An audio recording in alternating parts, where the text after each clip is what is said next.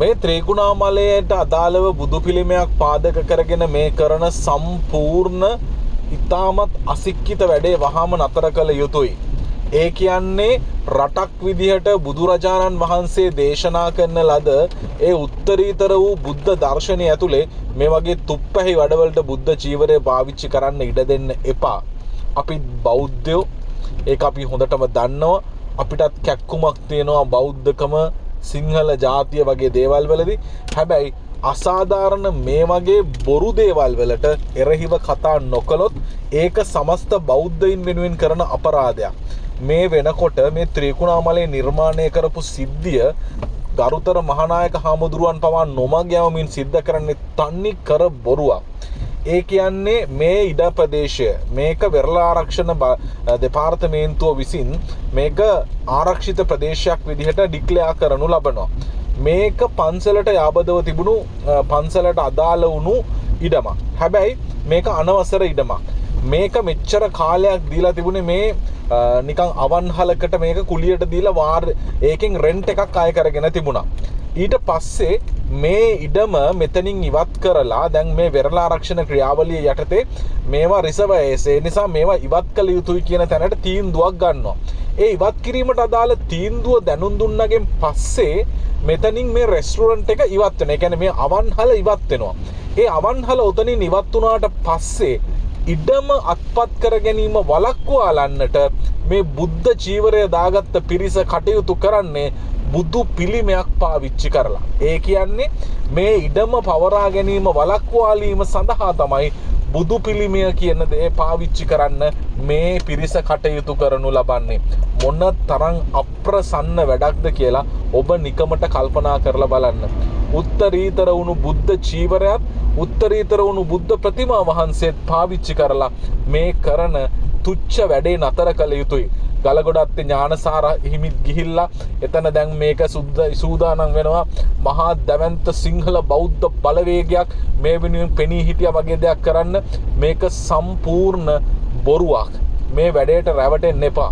ඇත්තටම බෞද්ධ ප්‍රතිමා වහන්සේ ආරක්ෂිතව තමයි අයින් කළේ. ආරක්ෂා වෙනුවෙන් තමයි අයින් කළේ. ඒකට හේතුව එදා රෑ ඔය බෞද්ධ ප්‍රතිමාවට යම් විදිහකින් හරි හානියක් වුණා නම් මේ රටේ උතුර දකුණ දෙකම එකම ලේවිලක් කරන තරමට මහ දැවැන්ත ජාතිවාදී අරගලයක ඇරඹුමක් බවට එය පත්වනවා. මේ වෙලාවේ මේ අයට ඕනේ අන්න ඒ කියන ජාතිවාදී ස්වරූපයේ අරගලයක් මේ රට ඇතුලේ නිර්මාණය කර ගැනීම. මේක තමයි බලු දේශපාලනය. ඔබ දන්නවා බොහොම පැහැදිලිවම මේ රටේ දොස්තර ශාෆිට කරපු අපරාධය. එවකට බුද්ධ චීවරය දාගෙන රතන ඇවිල්ලා මේක ගර්භාෂ යුද්ධයක් මේ කරලා තියෙන්නේ මහා දැවැන්ත වඳ කිරීමේ මෙහෙයුමක් කියලා මේ රටේ මයික් පිරෙන්න මයික් කෑලියන්ට වොයිස් කට් දුන්න ඔබට මතක ඇති. විමල් වීරවංශලා උදේ ගම්මන් පින්නලා ඇවිල්ලා කරපු දේ ඔබට මතක ඇති. මේ කරන්නෙම ඒකේ දිගුවක් සිංහල බෞද්ධකම කියන එක පාවිච්චි කරලා මහා ජාතිවාදී ව්‍යසනයක් ඇවිලවීමේ බලාපොරොත්තුවෙන් තමයි මේ වැඩේ කරන්නේ. තමන්ගේ යාබද ඉඩම අල්ලගන්න බුද්ධ ප්‍රතිමාවයි බුද්ධ චීවරයයි දෙකම පාවිච්චි කරන තැනට වැටුණා කියන්නේ මොන තරම් තුච්ච වැඩක්ද කියලා නිකමට කල්පනා කරලා බලන්න. බුදු දහම කියන්නේ මෙහෙම විකුණන දෙයක් නෙමෙයි. බුදු දහම කියන්නේ මෙහෙම මිනිස්සු අවුලන්න පාවිච්චි කරන මෙවලමක් නොවේ කියලා මේ චීවරධාරීන්ට කියා දිය යුතුය. ලංකාවේ දේශපාලනය වෙනයි, ආගම දහම වෙනයි. දේශපාලනය වෙනමම කරගෙන යන්න, ආගම දහම වෙනමම හැදෙන්න ඉඩ දෙන්න. ආගම දහමේ තියෙන මුඛ්‍ය පරමාර්ථය මහා දැවැන්ත භෞතික ගොඩනැගිලි හදලා තමන් වටේ ඉන්න පිරිස වැඩි කරගන්න එක නෙවෙයි. ආගමක මූලිකම පරමාර්ථය, ඒ දර්ශනීය පරමාර්ථය මිනිස්සු සුමගටගෙන මිනිස්සු යහමගට ගැනීම. ඒක වෙනුවට අවන්හලකට රෙන්ට් එකට දීපු ගොඩනැගිල්ල ඒක බේරගන්න බුද්ධ ප්‍රතිමාවක් පාවිච්චි කරන තැනකට අපේ හාමුදුරුවනේ ඔබ වහන්සේලාගේ හිත වෙනස් වුණේ කොහොමද කියන ඒ මවිතය දනවන කාරණය දෙස අපි පුදුමයෙන් යුතුව බලාගෙන ඉන්නවා. රටක් මේ විදිහට වෙන්න දෙන්න එපා. මේ රටවල් වල බෞද්ධ ධර්මය කියන දෙයට මිනිස්සුන්ට ලොකු ගෞරවයක් ලෝකයේ පුරා තියෙනවා. හැබැයි ඒක මේ විදිහට භෞතික දේවල් වෙනුවෙන් මෙහෙම පාවිච්චි කරන්න එපා සිල්ලරට. මේක අතිශය කනගාටුදායක සිදුවීමක්. මේ සිද්ධිය දිහා බලාගෙන ඉඳලා මේක ඉවර වෙයි කියලා හිතාගෙන අපි මේ කතා කළේ. මොකද හේතුව ඔබ දකිනවා දැන් මේ වෙනකොට මේක පාර්ලිමේන්තුව ඇතුළට තරම් ඇවිල්ලා මේක නාමල්ට 21 වෙනිදා සෙගනක එකතු කරන වැඩක් බවට පත් කරගන්න යනවා.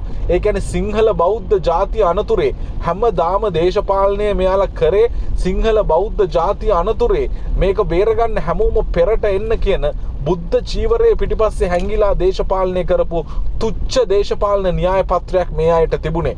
ඔබට මතක නම් දිගන සිදුවීම් තෙල්දෙනිය සිදුවීම් මේ ඔක්කොම එක පෙළට ගත්තගෙන් පස්සේ දර්ගා නගරයේ සිදුවීම් මේවා ඔක්කොම ගත්තගෙන් පස්සේ මේ අවසානයේදී කෙලවර වුණේ මහ විනාශයක් රටට කරලා අම්මලා තාත්තලට දරුවෝ අහිමි කරලා දරුවන්ට තමන්ගේ දෙමව්පියෝ අහිමි කරලා අන්න ඔය තැනට මේක තල්ලු කරගන්න මේ උත්සාහ කරන්නේ.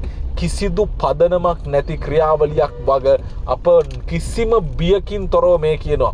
මේ ත්‍රිකුණාමලයේ කරන්නේ අමු බොරුවක්. ඉඩකඩම් ගොඩනැගිලි බේරගන්න බුද්ධ චීවරය සහ බුද්ධ ප්‍රතිමාව පාවිච්චි කරමින් කරන අතිශය කනගාටුදායක සිදුවීමක්. ගරුතර මහානායක ස්වාමීන්ද්‍රයන් වහන්සේලාගෙන් අපි ඉල්ලන්නේ කරුණාකර තොරතුරු නොදැන මේ වැඩේට මැදිහත් වෙන්න එපා. වෙරළ ආරක්ෂක දෙපාර්තමේන්තුව නැත්නම් වෙරළ සංරක්ෂණ දෙපාර්තමේන්තුවට කතා කරලා අහන්න මේ ඉඩකඩම් වල තත්ත්වය මොකක්ද කියලා. වෙරළ සංරක්ෂණ දෙපාර්තමේන්තුව හරි මනාව පැහැදිලි කරලා දෙයි මේ ඉඩකඩම් වල අයිතිය කොහොමද, මේවා පවත්වාගෙන ගියේ කොහොමද, මෙතන බුදු පිළිමයක් තිබ්බද, මෙතන බුදු පිළිමයක් තිබිලා නැහැ. මේ බුදු පිළිමයක් ප්‍රතිෂ්ඨාපනය කරන්නේම මේ ඉඩම බේරා ගැනීමේ මුඛ්‍ය පරමාර්ථයෙන් වග ඔබ කොයි කවුරුත් තේරුම් ගන්න මේ වගේ දේශපාලනය කරන්න එපා. මේක දේශපාලනය නෙමෙයි. මේකට තමයි කියන්නේ ම්ලේච්ඡ ත්‍රස්තවාදය, අන්තවාදී ත්‍රස්තවාදය කියලා කියන්නේ. මෙන්න මේකට තමයි මේ තීරණ ගන්න අය තමන්ගේ බුද්ධ චීවරය පාවිච්චි කරලා නම් මේ දේවල් කරන්නේ. ඇත්තටම විලි ලැජ්ජයි අපි බෞද්ධයෝ කියන්න.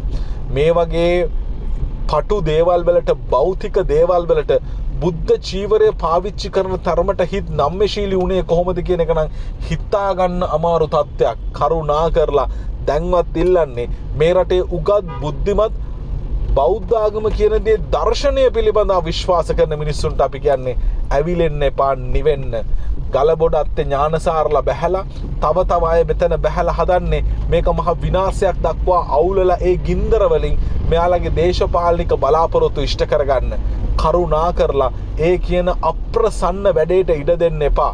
මේ රටේ අපි ඕනෑ තරම් ඔය වගේ තුච්ච වැඩවලට යට වෙලා අපේම එකට ඉන්න සහෝදර සහෝදරියෝ මරාගත්ත හැටි ඔබට මතක ඇති. ආපහු ඒ අඳුරු අතීතය මේ රටට ගෙනෙන්නට ඉඩ දෙන්න එපා. එය පමණයි අප කරන ගෞරවනීය ඉල්ලීම. මොකද මේ රටේ ඕනෑ තරම් ಜಾති කුල ආගම් ප්‍රශ්න නිසා අපි දුක් විඳලා තියෙනවා. මේ රටේ අහිංසක මිනිස්සු මැරිලා තියෙනවා. මේ පාලන තන්ත්‍රය ඇතුලේ මෙයාලට අවශ්‍යයි දේශපාලන බලය පෙරලා ගන්න. නැත්තම් ළඟම මේ හැමෝම හිරේ යන බව දන්නවා. ඊට කලින් මොනවා හරි ව්‍යසනයක් කරලා ඒ ඔස්සේ බලය ලබා ගැනීමේ මෙහෙයුමක මේ හැමෝම ඉන්නේ. කරුණා කරලා ඒකට ඉඩ දෙන්න එපා. මේ ත්‍රිකුණාමලයේ සිද්ධිය සම්පූර්ණ බොරුවක්. වෙරළ සංරක්ෂණ දෙපාර්තමේන්තුවට කතා කරලා අහන්න මේකේ ඇත්ත නැත්ත මොකක්ද කියලා. එතකොට තේරෙයි ත්‍රිකුණාමලයේ බුද්ධ ප්‍රතිමාවක් කොතන තිබ්බද, ඔය මොන විදිහේ ගේම් එකකටද ඔය ගැහුවේ කියන එක හරි අපූර්වට කොයි කාටත් පැහැදිලි කරගන්න පුළුවන් වේවි.